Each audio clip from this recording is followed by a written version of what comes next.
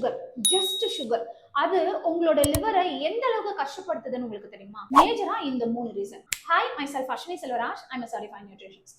Number 1, high sugar intake. நீங்க சாப்பிடுற fructose, இது உங்க லிவர்ல மெட்டபாலைஸ் ஆகி ஃபேட்டா ஸ்டோர் பண்ண ஆரம்பிக்கும். இதை நீங்க எக்ஸஸா எடுக்க எடுக்க எடுக்க நான் ஆல்கஹாலிக் ஃபேட்டி லிவர் அப்படிங்கிற ஒரு டிசீஸையே கிரியேட் பண்ணும்.